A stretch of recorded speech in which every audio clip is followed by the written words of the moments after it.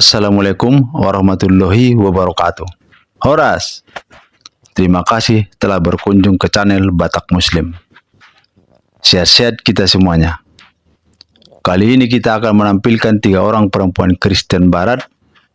Mereka membuat pernyataan mengejutkan tentang Muslim, tentang pria Muslim.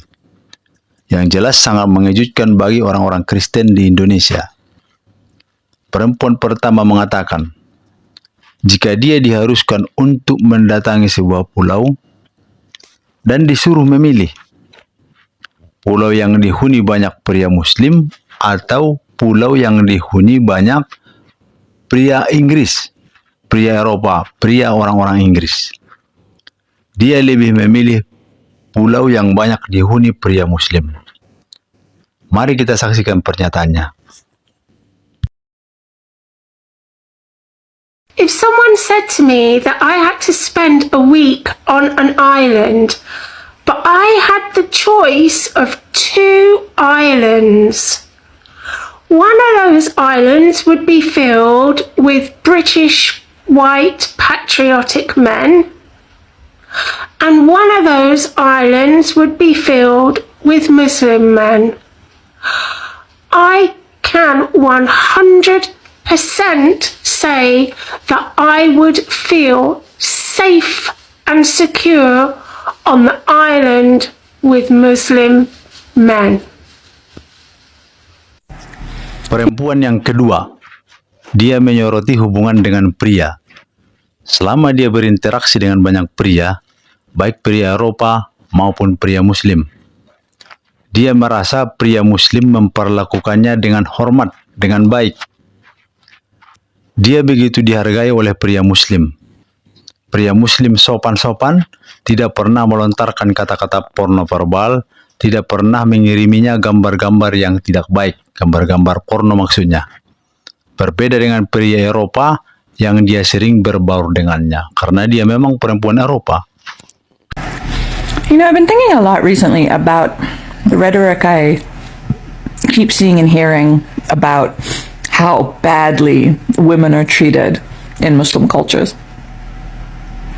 And in my experience, I have never been treated with anything other than complete respect by Muslim men.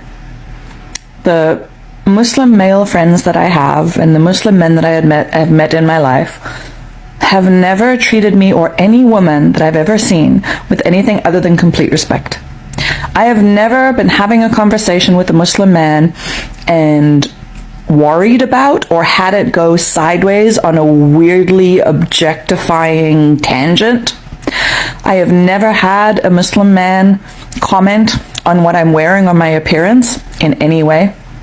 I have never had a Muslim man go off on me because I didn't say or do what they wanted me to do. I have never had a Muslim man call me names or swear at me or belittle me in any way. I've never been having a text conversation with a Muslim man and had them just randomly out of nowhere, unsolicited, uninvited, and unwantedly send me a dick pic. I have never heard a Muslim man refer to a woman in any kind of derogatory way.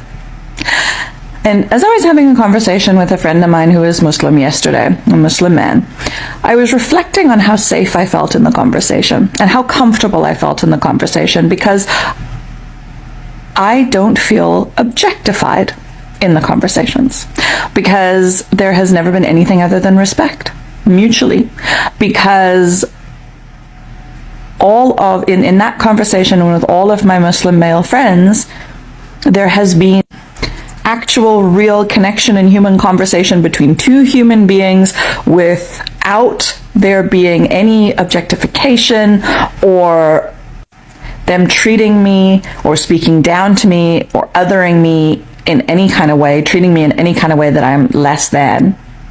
And all of these things that I have just said I've never experienced with Muslim men, I have experienced multiple times, constantly, with Western men. Do with that information what you will, but from my standpoint, I feel so much safer and taken care of and cared for by the Muslim men in my life than by the Western men. Perempuan yang ketiga, yang terakhir, dia menyoroti tentang keamanan di kota-kota besar antara kota-kota negara Muslim dan kota-kota negara Barat. Dia mengatakan di negara Barat keamanan bagi perempuan sangat memprihatinkan. Perkosaan marak, tingkat perkosaan tinggi. Kepedulian pemerintah kepada warganya sangat tinggi jika Anda rajin bayar pajak dan iuran lainnya. Jika tidak, siap-siaplah kecewa. Tetapi di kota-kota Muslim, perempuan sangat aman. Tingkat perkosaan rendah. Hukuman bagi pemerkosa sangat keras. Kepedulian pemerintah terhadap warganya sangat tinggi. Tidak peduli apakah Anda pembayar pajak yang besar atau tidak. Jadi secara keseluruhan, dia lebih nyaman tinggal di kota-kota negara Muslim dibanding di kota-kota negara asalnya, negara Barat.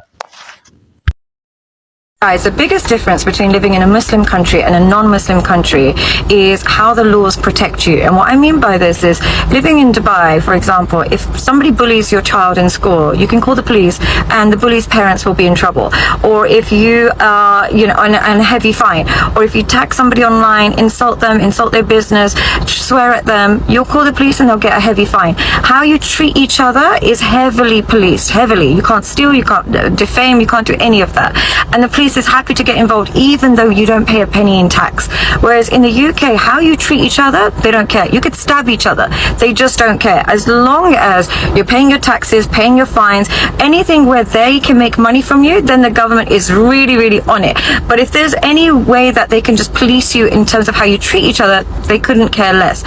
So why I prefer living in a Muslim country is it makes sure that you treat each other right. Whereas in Western countries, you just have to treat the government right.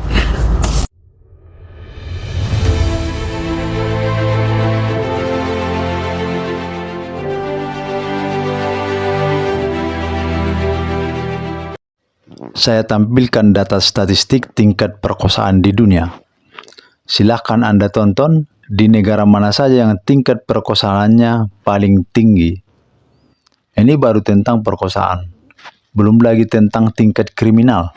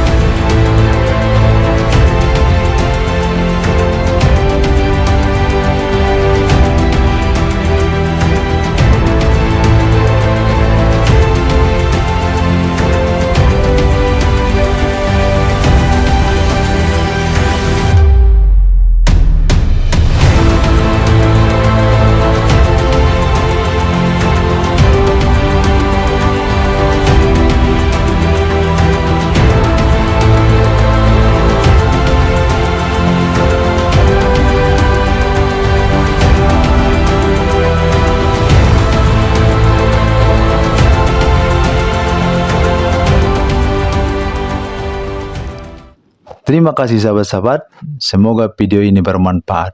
Sampai ketemu di lain waktu. Assalamualaikum warahmatullahi wabarakatuh.